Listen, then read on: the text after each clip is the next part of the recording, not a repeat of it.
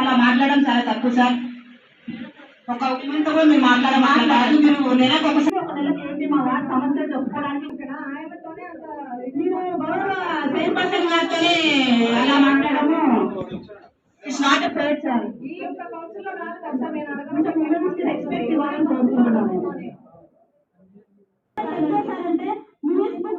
గౌరవ కౌన్సిలర్ గారు అదే అడుగుతుంది. ఈ రోజు స్టాప్ చేశారు సార్. మన పర్సనల్ ఇష్యూస్ ఉన్నాయని మాట్లాడడం కరెక్ట్ కాదని చెప్తారు. ఇక్కడ చెప్పండి, కరెక్ట్ ఆన్సర్ కూడా అధ్యక్ష. అంతేగాని వాళ్ళ పర్సనల్ ఇష్యూస్ ఉన్నాయని చెప్పేసి ఆపేశారని చెప్పడం లేదు.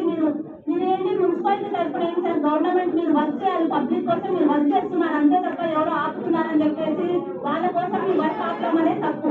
లేదండి, తప్పకుండా కమిషనర్ గారు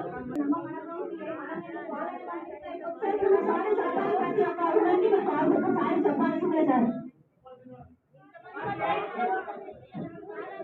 చైర్పర్సన్ గానీ అలాంటి సమాధానాలు చెప్తున్నారంటే కమిషనర్ గా మీరేందుకు వ్యక్తిగతమైన అంశాలు వ్యక్తులైపోవడం కానీ వ్యక్తిగతంగా మనం కూడా కరెక్ట్ కాదు. అది జరిగిందని కూడా జరగడం కూడా కరెక్ట్ కాదు. ఇప్పుడు మీరు ఏదైతే అసలు మూల కారణం ఏంటంటే ఆ సెక్రటేరియట్ బిల్డింగ్ కు సంబంధించిన కాంట్రాక్టర్ గారు ఎవరైతే ఉన్నారో నారాయణ రెడ్డి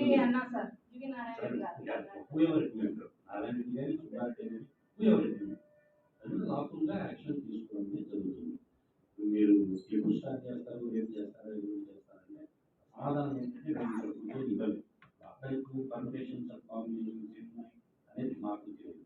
రాత్రిపూర్వకంగా వాళ్ళకి నోటీస్ ఇస్తాము. లాఫుల్గా యాక్షన్ ఏదైతే ఉందో తీసుకుంటాము.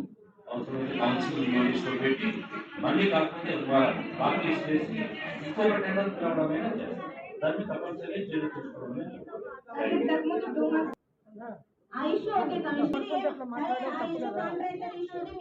లేదంటున్నారు.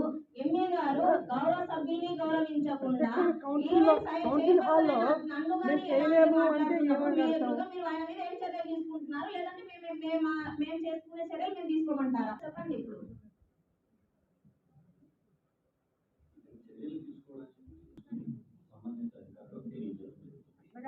ఫస్ట్ ఇప్పుడు సాక్షాత్ కౌన్సిల్ మాట్లాడడం తప్పు కదా అని ఇప్పుడు అడిగేది. చర్యలు కాదు, ఫస్ట్ దానికి ఎంఈ గారు ఏదో చెప్పమనండి, సమాధానం చెప్పమనండి. అట్లా మాట్లాడేది ఆయన ఆత్మసాక్షిగా చెప్పమనండి అంతే.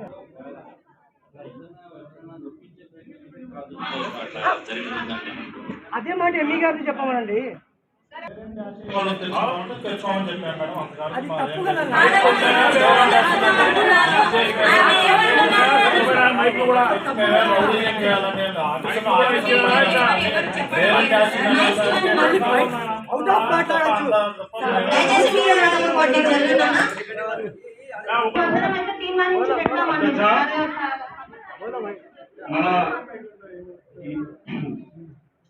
మాట్లాడడం ఇది పద్ధతి కాదు. ఎట్లా మాట్లాడాల సభలో అనేది ఆఫీసులో కూడా గౌరవించి సభ్యులను కానీ చైర్మన్ మాట్లాడడం పద్ధతి కాదు. దీనికి క్లారిటీ ఏమి ఇస్తారో కమిషనర్ గారు, ఇది మీకు నచ్చిందా? ఈ వేళ మాట్లాడడం నచ్చలేదా ఓ మాట చెప్పండి. గౌరవ చైర్మన్ కానీ చెప్పడం మీకు నచ్చుదే మీరు క్లారిటీ మా చైర్మన్ తో మాట్లాడే మాటలు అంటే మేము కూడా రాజు మేమంటే మీకు లెక్కలో లేదండి. కౌన్సిలర్ అండి, చైర్మన్ కూడా మీకు లెక్కలో లేకుండా ఏం చెప్పలేదు. మేమైతే ఎప్పుడే లెక్కలు చేస్తాం బాబు. మీరు ఇప్పుడు చైర్మన్ కూడా ఇట్లా మాట్లాడాలి సభ కాదు. ఎంపీ గారు మీరు కూడా అంత ఎమోషన్ రావాలండి. ఎందుకంటే మీకు ఎమోషన్ ఎక్కువ ఉన్నట్టుంది. ఏసారి కూడా మీరు ఎమోషన్ వస్తారు. ఏ చిన్న మాట మాట్లాడినా కానీ ఎమోషన్ ఎక్కువ. మీరు ఏం మాట్లాడతారో ఏం లేదో అర్థం పడలేదు. మా కమిషనర్ గౌరవ కమిషనర్ ఏం సమాధానం చెప్తారో ఈ మాట చెప్పండి.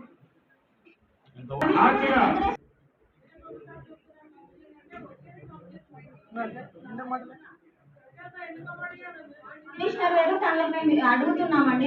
మేము వెయిట్ చేస్తున్నాము మీ నుంచి సమాధానం కోసం. ఆంధ్రప్రదేశ్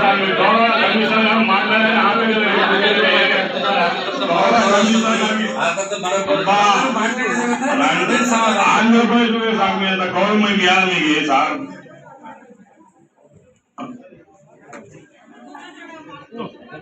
ఓకే దీంట్లో ఆఫీసర్లు ఇక్కడ వ్యక్తిగతంగా మా చేసుకోవడం ఉద్యోగంగా మీకు మా సర్వీసెస్ నచ్చితే మీతో కలిసి కొంతకాలం చేస్తాము. మేము పనిచేసిన కాలంలో ఏదైనా మా పేరు గుర్తులు పెట్టుగా ఏదైనా చేయగలిగిన అవకాశం ఉంటే తప్పనిసరిగా చేస్తాము. మాకు 8 గంటలు 10 గంటలు ఉంటే 14 గంటలు 15 గంటలు పనిచేయడానికి సిద్ధంగా ఉన్నాము. ఇట్లా వ్యక్తిగతంగా ఎక్కడైనా ఒకవేళ మాట అనేది ఈ మాట పెంచుకోవడం, దాని మీద ఇష్యూ పెద్దది చేసుకోవడం వల్ల ఇక్కడ మనం సమావేశానికి కూర్చున్నాం పర్పస్ అనేది డిబేట్ అవుతుందేమో అన్నది నా అభిప్రాయం. వ్యక్తిగతంగా క్షమించండి, ఆ రకంగా నేను మీకు సజెస్ట్ చేయడం అనేది కూడా కరెక్ట్ కాదేమో. ఎనివే మీరందరూ కూడా దయచేసి ఈ విషయంలో కొంత సంయమనం వహిస్తే దీనికి ఎటువంటి చర్యలు తీసుకోవాలి నేను పరిశీలించి తప్పనిసరిగా తీసుకోవడం జరుగుతుంది. Thank you. మాకు కౌన్సిల్లో కౌన్సిలర్స్ అడిగిన లేదని గౌరవ కౌన్సిల్ తరఫున చెప్పడం జరుగుతుందండి. అధికారులు మేము చేయలేము అని అంటే కనుక దయచేసి కౌన్సిల్కి రావాల్సిన అవసరం లేదని తీర్మానించారు. కాబట్టి దయచేసి ఎందుకు దీన్ని సమస్యను పెద్దగా చేసుకోవడం, ఒక విషయాన్ని ఎందుకంటే ఒక గౌరవ సభ్యురాలు అడిగినప్పుడు మనం దయచేసి మిగతా సబ్జెక్ట్ ఏమైనా మాట్లాడండి, కానీ గౌరవ చైర్పర్సన్ గారికి కౌన్సిలర్ గారికి మీరు ఇచ్చే ఆ సమాధానం వెనక్కి తీసుకుంటున్నాము అంటే అయిపోయింది. దాని గురించి ఎందుకు ఇంత రచ్చ అనేది నా ఉద్దేశం. ఆ తర్వాత మీ ఇష్టం, మీ విజ్ఞతకే వదిలేస్తున్నాం.